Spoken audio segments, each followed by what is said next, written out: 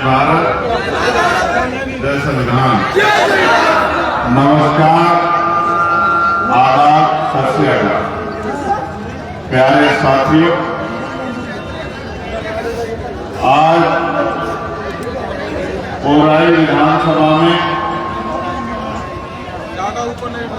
आपके महबूब नेता भाई आपका भारत साहब की चुनावी जनसभा में मुझे आने का मौका मिला है और जिस तरह का प्यार आप लोगों ने दिखाया, मैं उसके लिए दिल की गहराइयों से आपका धन्यवाद करता हूं। प्यारे भाइयों, बड़े बुजुर्गों, माँ बहनों, प्यारी बच्चियों, बच्चों, चुनाव का दौर है और ये एक दिन का फैसला नहीं है, ये आने वाले 5 साल का फैसला है। मैं अपनी बात को शुरू करते हुए बहुजन समाज में जन्मे सभी संतों, गुरुओं और महापुरुषों को नमन करता हूं। न्यूज से, सिटी न्यूज से भैया एक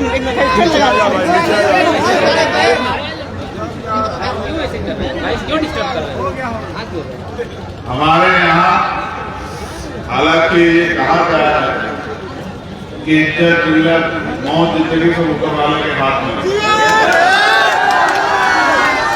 लेकिन हमारे यहाँ एक नेता को ऐसे मीडिया करने आए और नाम से सटा के गोली मार कर गए प्रयागराज में। तब से हमारे यहाँ मीडिया के लोगों से भी नेता डरते हैं। लेकिन प्यारे भाइयों, अपनी जिंदगी की परवाह नहीं। मैंने आपसे पहले कहा तथा खुद ने भी कहा, जो पैदा हुआ उसको जाना। कोई ऐसा नहीं है जो इस दुनिया में परमानेंट, लेकिन जब आप इस दुनिया में आए हो तो क्या करके जाते हो और लोग आपके जाने के बाद आपको याद रखते लगते, ये बहुत बड़ी जिम्मेदारी है। मैं शब्दों में आपके प्यार को बयान नहीं कर सकता, लेकिन अगली 15, 20, 25 मिनट मैं चाहता हूं कि आप सारे काम छोड़ के मेरी बात पे गौर करें, क्योंकि अगर इस 20-25 मिनट में आप इधर उधर आपका ध्यान रहा, गर्मी ने आपको परेशान कर दिया, फोटो, कैमरा, वीडियो, इसके चक्कर में आप पड़ गए, इधर उधर की बातों में आपने ध्यान लगा दिया, तो मेरा यहाँ आना बेकार हो जाए। आप चाहते हो मेरा यहाँ आना बेकार हो जाए? जोर से बताओ। जो लोग ऊंचे ऊंचे उठे हुए थोड़े से नीचे को हो जाओ, जिससे कि सब अगर सच में आप मेरी बात को मानते हो तो मुझे एहसास भी कराओ कि हम आपकी बात को मानते हैं, आपकी बात के साथ हैं।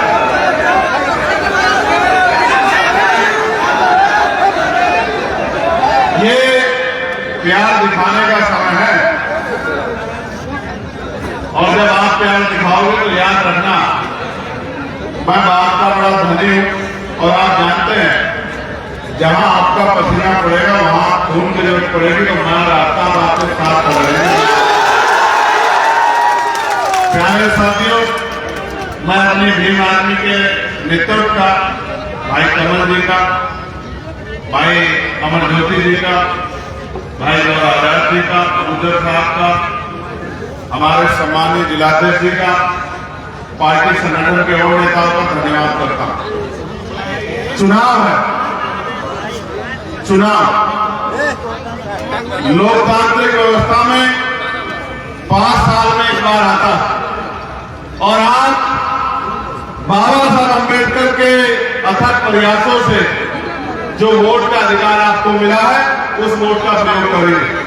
और आज में बहुत सारे प्रत्याशी ऐसे भी हैं जिनको आपने चुनाव में देखा होगा, ऐसे भी हैं जो चुनाव के बाद आपको दिखेंगे नहीं, लेकिन आपका भाई को आगे बढ़ाने का एक ही उद्देश्य था कि पिछले 5 साल और उससे पिछले 5 साल और एक लंबे समय से वो आपकी सेवा कर रहे हैं, आपके बीच खड़े हैं, आपकी लड़ाई लड़ रहे हैं, आपके आवाज बन रहे हैं, इसलिए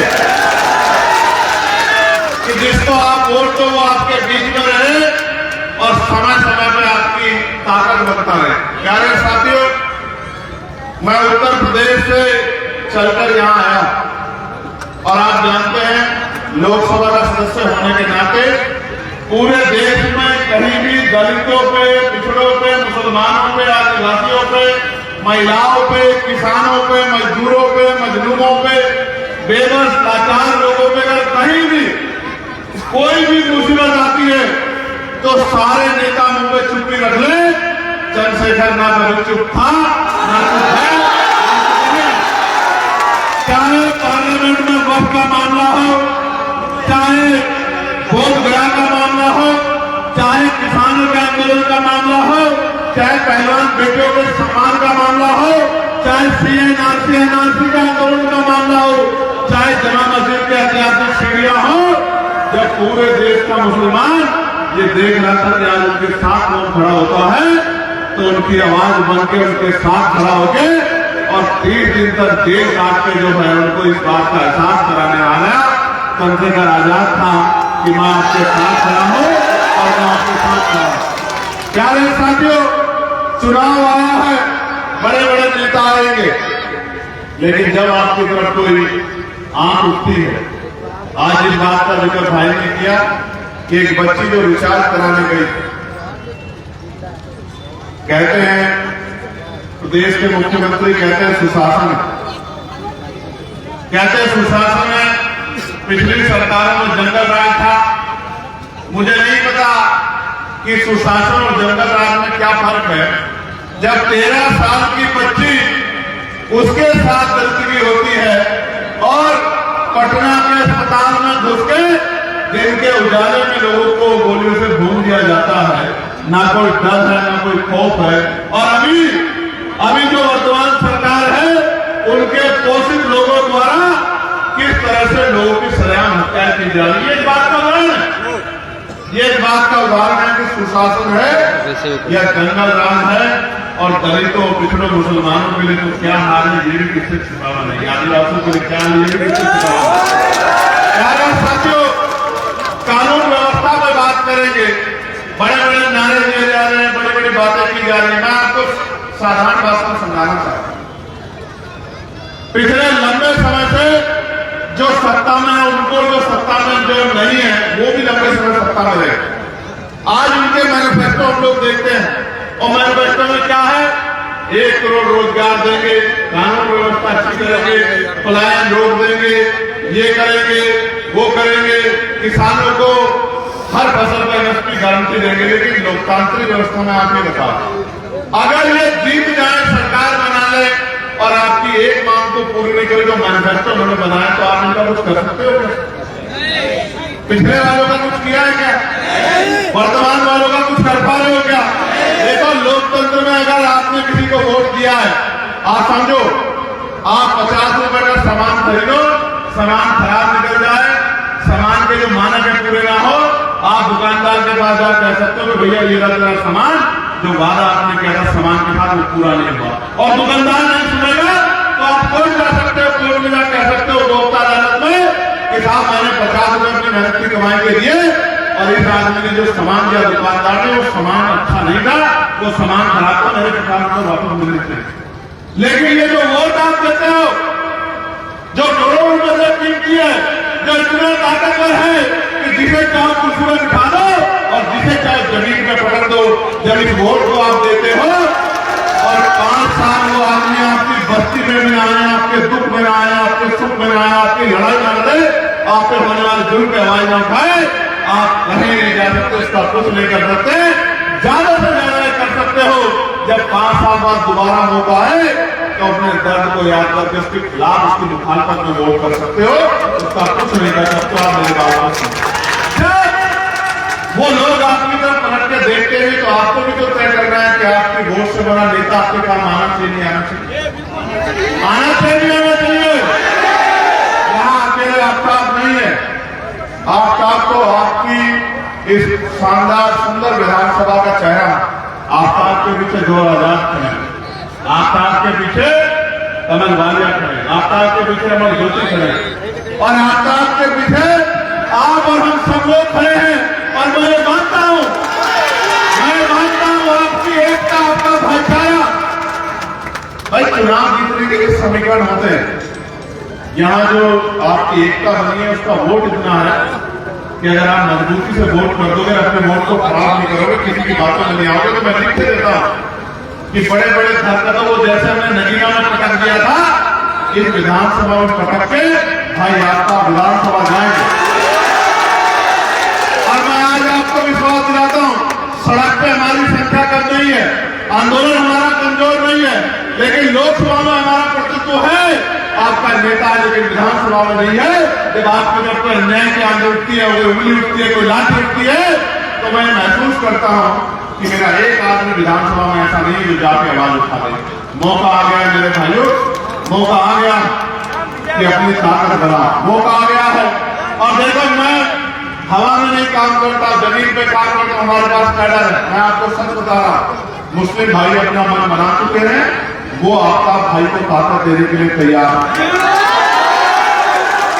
थोड़ी सी मदद, ये वो नौजवान जो मोटरसाइकिल पे मेरी एक आवाज पे सड़कें जाम कर देता है, मेरे लिए दिन रात खड़ा रहता है, जो मेरी एक आवाज पे बड़ी बड़ी सरकार को हिलाने का काम करता है, यहाँ हो या दिल्ली में मेरी एक आवाज पे चलाता। मैं अपने भाई को, अपनी माँ को, अपनी बहन को, अपने बुजुर्गों को कहने आया, लोकतंत्र है, जिसके पास ताकत होगी उसी की सुनवाई होगी। क्या हालात है आपके? आपने भी देखा सड़कों के हालात में देखे, गांव गलियों की सड़कें, ये जो रास्ता है इतनी बुरी है कि पैदल आप निकल नहीं सकते। सुशासन की बात की जाती है, विकास की बात की जाती है, देश के प्रधानमंत्री बड़ी बड़ी बातें कर रहे हैं, होम मिनिस्टर आ गए बड़ी बड़ी बातें कर रहे हैं, लेकिन आप बताओ ये विकास है? 15-15 साल 20 साल से आप मुख्यमंत्री हो, ये विकास है कि लोगों को चलने का रास्ता नहीं है? ये जो बाढ़ग्रस्त क्षेत्र है, यहाँ के लोग 6 महीने जानवरों से बुरा जीवन जीते हैं, अपनी बहन बेटों को समाज की रक्षा नहीं कर पाते। इन निकम्मी सरकारों को उनका दर्द दिखाई नहीं देता। मैं आपको पूछना चाहता हूं, अगर अमीर गरीबों का इतना हितैषी है तो गरीबों के हालों पर उनको आंसू क्यों नहीं आते? आप महसूस करके देखो मेरे भाइयों, मेरे परिवार के लोगों, मेरी माँ में सोचो, चुनाव के बाद 5 साल आपकी बस्ती में कोई आता है क्या? अपना 3 बार करके बताओ, कोई आपका भूखा पेट देखने आता है क्या? कोई आपका बीमार शरीर देखने आता है क्या? कोई आपका खाली व्यवस्था देखने आता है क्या? कोई आपके आंसू देखने आता है? क्यों नहीं आता? क्योंकि उनका जब मतलब निकल जाता है फिर उनको कोई फर्क नहीं पड़ता, मुझे फर्क पड़ता है।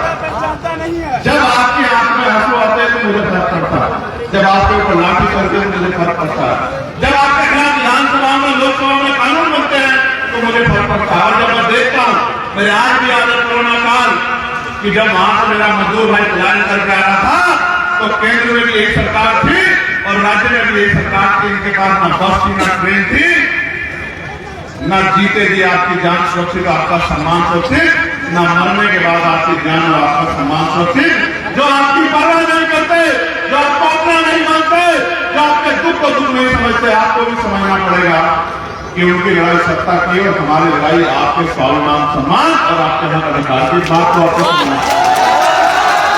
मैं आपसे कहना चाहता हूं, उनके पास बस नहीं थी, उनके पास ट्रेन नहीं थी, आज उनके पास हजारों करोड़ रुपया प्रचार करने का है, आज उनके पास बड़े बड़े ऐड देने के पैसे हैं, ना वो कल आपके से ना आज आपके। इसलिए मैं आपको कहना चाहता हूं, लोकतंत्र है, जिसका नेता होगा उसकी सुनवाई होगी।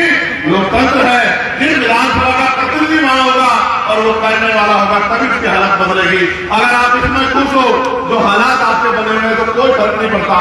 मैं अपने मुंह से कह रहा हूं कि इसकी तरफ मत देखो, लेकिन अगर आप चाहते हो कि आपको अपने हालात बदलने, तो सिर्फ देखो मत, घर से निकलो, फील्ड में जाओ। आपका नहीं लड़ रहा, आप लड़ रहे हो, आपका भविष्य लड़ रहा है,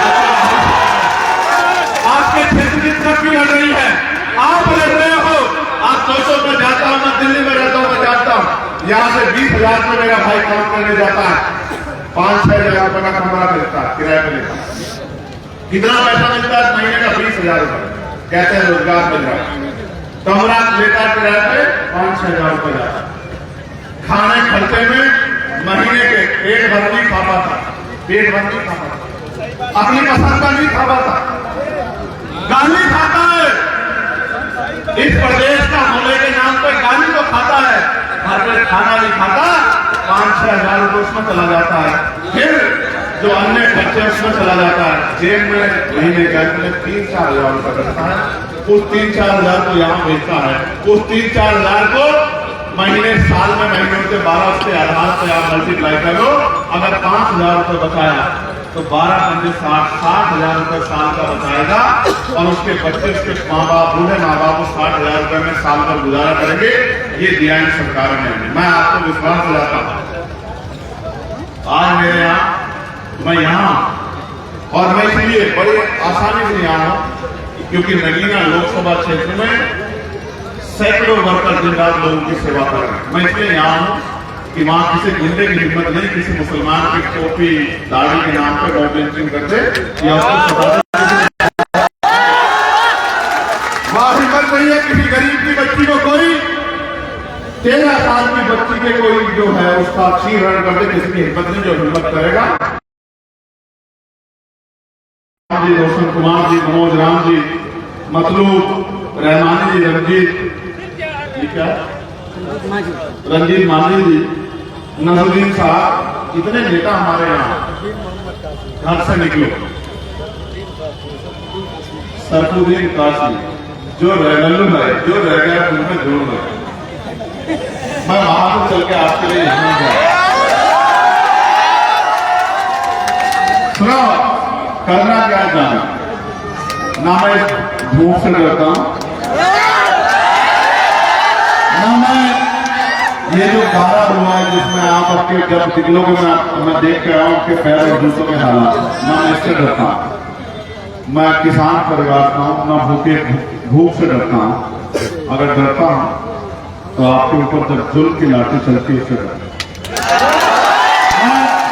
मेरे भाइयों, घर से निकलो, कितने दिन बाकी चुनाव? 6 को पड़ेगा ना वो।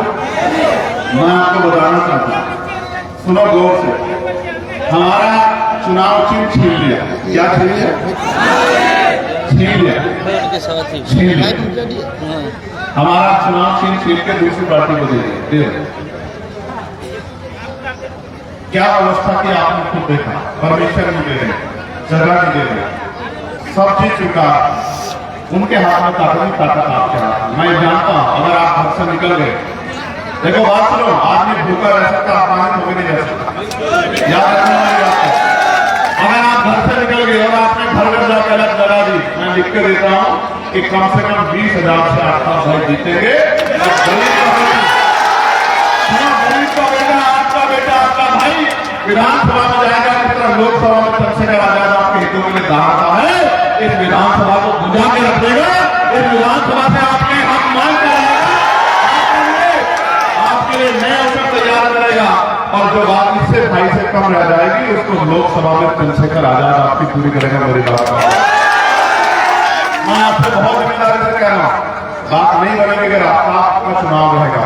अगर आपका चुनाव बनेगा तब बात निकले। घर से निकलो, रह लो भूखे, इतने दिनों से जुल्म झेल तो रहे, 6-6 महीने के हालात में रहते। घर से निकलो, गली में जाओ, गांव में जाओ, लोग को जोड़ो, अपना निशान पहुंचाओ, और जब तक एक वोट बूथ तक ना पहुंच जाए, जब तक आपकी मशीन बंद ना हो जाए और 17 आपके हाथ में ना जाए 73, तब तक बूथ मत छोड़ना। और अगर आपने अगले 4 दिन मेहनत कर ली, मैं लिख के देता हूं कि अगले 5 साल आपकी तरफ हाथ उठाने से पहले भी 1000 बार सामर्थ्य को गुंडों को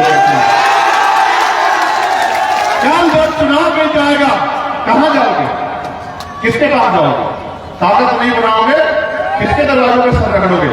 मुझसे कहते हो भैया आ जाओ, मैं एक अकेला आदमी कहां जा सकता हूं? आपके पास मौका बना दो, चंद्रशेखर तैयार कर दो, आपके पास मौका है। आप मुझसे कहते हो बताओ, ईमानदार से अपने दिल का हाथ के जब उस बच्ची के साथ अन्याय हुआ था, तो जब तक मैंने आवाज नहीं उठाई, बताओ किसने आवाज उठाई? ईमानदार से आप बताओ।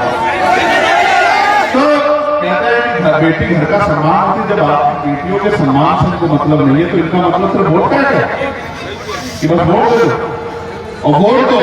और पिछली बार इन्हीं के जो आज विपक्ष में कहने में सरकार बनानी है, वोट दे दो, वोट दो, इन्हीं के लोग भागे नहीं भागे? बताओ आप मुझे, भागे नहीं भागे? इनके हाथ भागे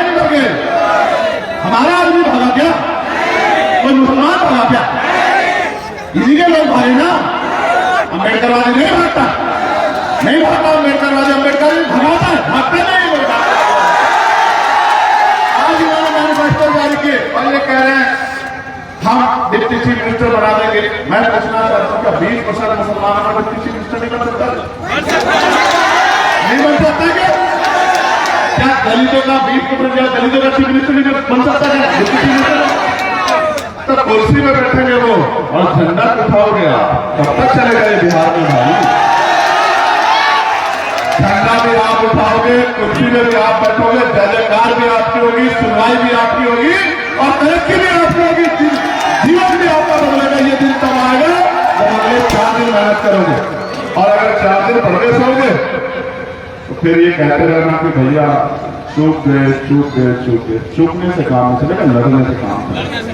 मौका आ गया ना, 5 साल में जो जो चुन हुआ याद करो और जब बटन दबाओ, यहां निशान है एयर कंडीशनर का है, जब बटन दबाओ एयर कंडीशनर का 30 नंबर पे तो ये तय करके दबाना कि एयर कंडीशनर का बटन जब दबेगा तो ठंडी हवा गरीबों के हिस्से में भी आएगी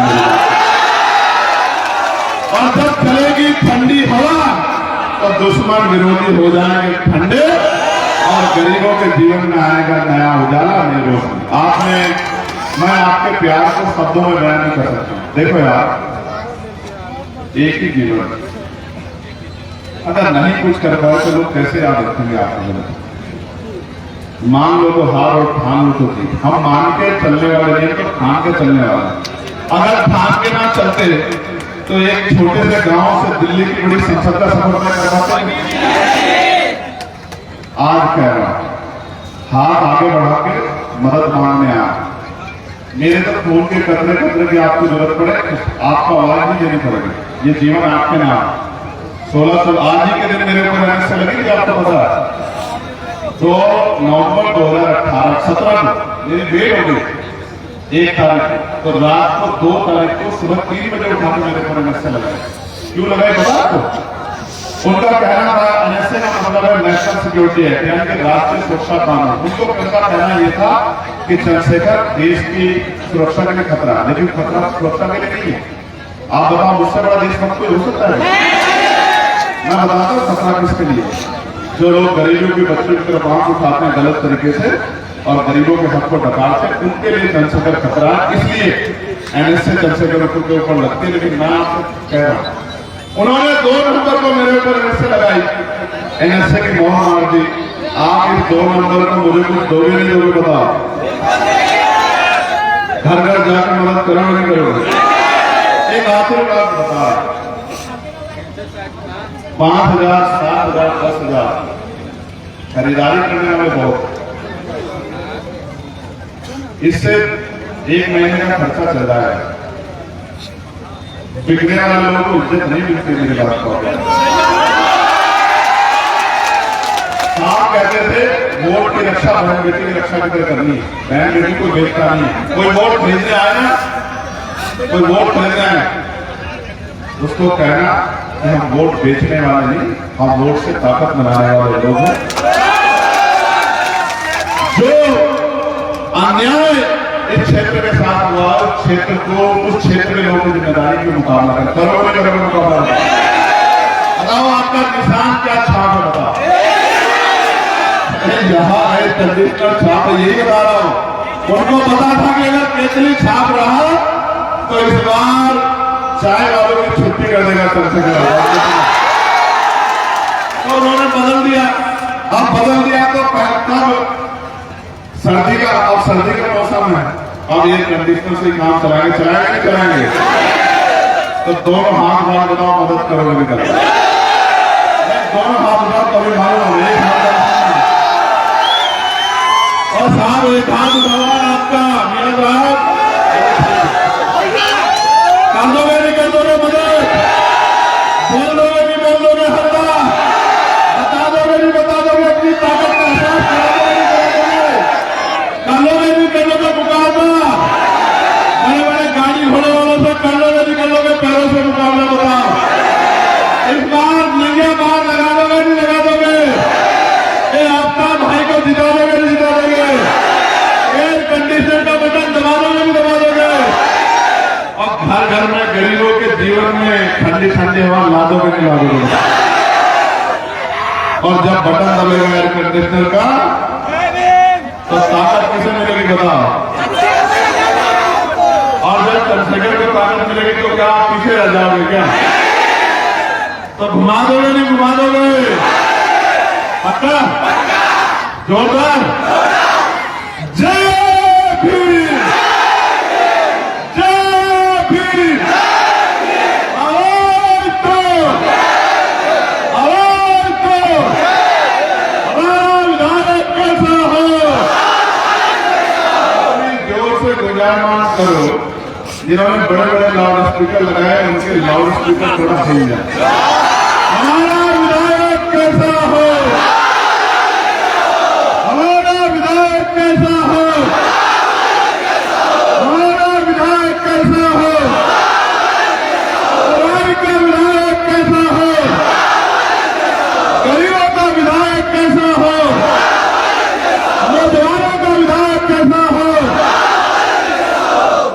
और बहुत सारा प्यार और दुआएं प्रार्थना करोगे नहीं करोगे? चलो फिर दोनों हाथ धो के आशीर्वाद दे।